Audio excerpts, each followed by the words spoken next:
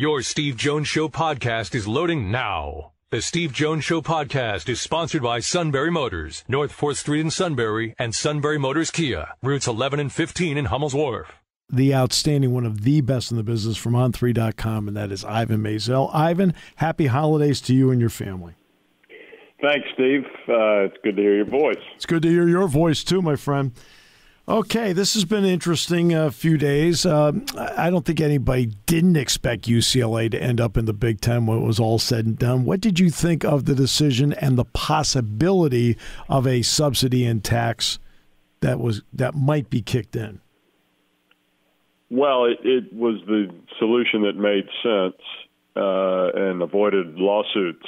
Because I would assume that the minute that UCLA said, yeah, never mind, the Big Ten would have sued them or somebody would have sued them. And, this was an artful way to do it. It will be a bit of a drag on UCLA's progress. But, some of us think that joining the Big Ten will be a bit of a drag on UCLA's progress. So we'll just now we get to see what happens. Yeah. Now, I will say this. What yesterday did, it now allows everybody to move forward. I think that's the most important part. The Pac-10, what's remaining, can move forward. The Big Ten can move forward. UCLA can move forward. Yeah, and that's a feat. I mean, that will help. I just can't imagine how it's going to work out in any way that is going to benefit the kids, that have to do all that traveling. And not only the physical wear and tear and the grind of it, but competitively. I don't know how I don't know how USC and UCLA are able to. I mean, you talk about a handicap. I mean, Jay Paterno told me that he looked it up. There's no there's no team in the NFL that does more than 2 trips a year of more than 2 time zones. And you're asking, the UCLA and USC teams to do, 4, 5, 6? Right. So, that's crazy. Yeah. I mean, that, and you're going to ask them, let's face it, in basketball, they'll have to do more. I mean, basketball will have to do more than that as compared to football. Going to 12 teams in the playoff, of course, seemed inevitable. Do you like the solution they arrived at? I do, and I was a skeptic of it. I loved the idea of 4-team playoff. I didn't like the result. I think going to 12 will solve a lot of the current problems. And, of course, it will create problems that no one foresees because that's what college football postseason does. If you look at history. So right. Yeah. It will – I think somebody pointed out that, the first or second week in November, there'll still be potentially 20 to 25 teams and fan bases who have a dog in the hunt. So that will I think that will gin up, interest and the fever pitch even more so than it is, now. Obviously, this year, as it turned out, was kind of a dull stretch run. Once USC lost Friday night, we pretty much knew what was going to happen. Yeah. Well, it's interesting because it is snowing in State College, and a first-round playoff game might be played on this particular weekend. Yes. What's your thought on the home field component of this? Well, that's one of the things they've got to figure out because the way that excuse me, if you do 5 through 12 now at home, and then you go to quarterfinals, then 5, 6, 7, and 8 get a home game, but 1, 2, 3, 4 don't. Is that, of course, 1, 2, 3, 4 don't have to play a game, but that's I don't know whether that's right, wrong, or indifferent, but it's certainly that that raised an eyebrow at that. And they got to figure out when they're going to play the games. I mean, does everybody now open the season on week 0 and we have conference championship games Thanksgiving weekend? That would just to give them a little extra time to work around final exams. When you say that, I go, ooh, no. Yeah. But, the Thanksgiving weekend and the conference championship games the first week of December, it's not like that was handed down on stone tablets. That's an invention of the last, 25 years. So we would get used to that. If they moved it all up a week, we'd get used to it soon enough.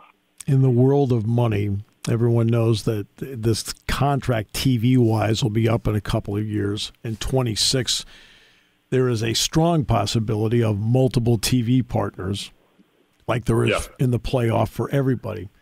Would multiple TV partners potentially mean 12 to 16 in your mind? Whether you and I object to it or not, do you think that's a possibility? Well, money is undefeated. Oh my goodness! So, you're rolling today, by the way. Yeah, money's undefeated. So yeah, sure. I mean, there's going to come a day when, 12 is great. Let's go to 16. Sure, and that would, I don't know whether it's the best thing competitively or not, but that ship sailed a long time ago. So. But let's get 12 rolling and see what happens. Agreed. And we'll go from there. Agreed, completely. I think there was a list put out of the top 50 games of the year. I think you said you wrote you attended 5 of them, I think. What was, A, the best game you saw, and then, B, what was the best team you saw in person? Oh, that's a good question. I think Georgia was the best team I saw in person, which is not an original thought, but certainly true. And I only saw them, I think I saw Georgia-Tennessee was the only game I saw Georgia, and that was such a complete shutdown of what was such a explosive offense. It was just a great performance.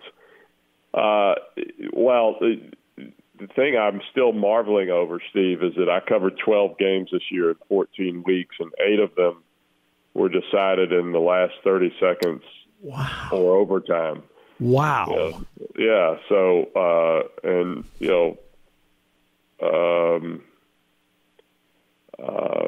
I guess Alabama, Tennessee, it's hard to beat that with the way that and that was number 1 on that list that somebody published. But, TCU K-State for the Big 12 championship game was an incredible performance. And, and the consequences didn't really exist because TCU got in anyway. But, to me, that was no different than France and Brazil losing their last game in the group stage and moving on anyway. Right. So, it was just kind of that's what happens now. But it was a remarkable season. So far, it is a remarkable season. And by the way, it hurt France so much they're in the final. So I think they're going to be just fine. So then we do, at one point about TCU Kansas, it wasn't just that the game went to overtime, but what was it like for you to sit there? You've watched a lot of great individual performances where not only athletic skill but heart came into play. What was it like for you watching Max Duggan on that day in Arlington?